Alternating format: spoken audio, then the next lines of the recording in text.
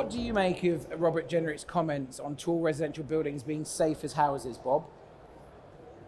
Well, it is a general comment anyway that he made, so I wouldn't beat him up over it. But I think he was trying to make the point that if you look at the statistics that are out there that should drive modern fire safety thinking, then the most dangerous place is actually if you live in a bungalow.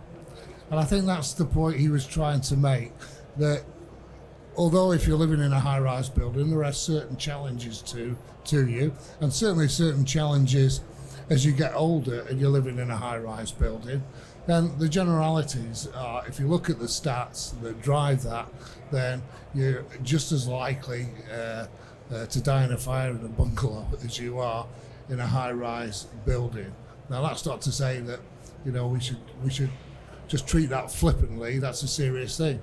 But it also means that we have to turn our attention not just to fire safety legislation in buildings, but also looking at community fire safety, which I know fire and rescue services have done over the years, to make sure that everybody, wherever they live, wherever they are safe from fire. And I think that's the philosophy that has to impinge on everything that we do. Can't disagree with that. Russ, anything you want to add to that? Yeah, I think Robert Jenrick is obviously a politician.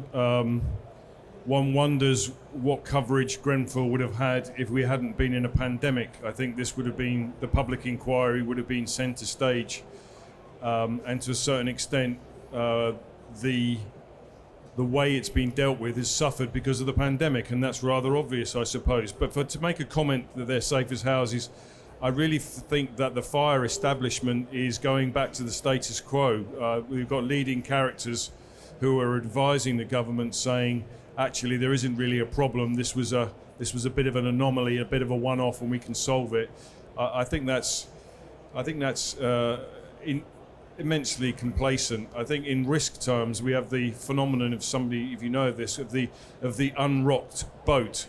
And you may not have many statistics very long, but the problem with that is, if you set policy on that basis, is that every now and again we're going to get a catastrophic event like Grenfell. And I think at the moment there's every chance that we're going to have another event like Grenfell. I see no reason why there won't be another event like Grenfell, to be frank. And we've got 540 new tall buildings going up in London in the next 3 years. And most of those are going to be high-rise residential, and most of those are going to have a single staircase, and it's just wrong.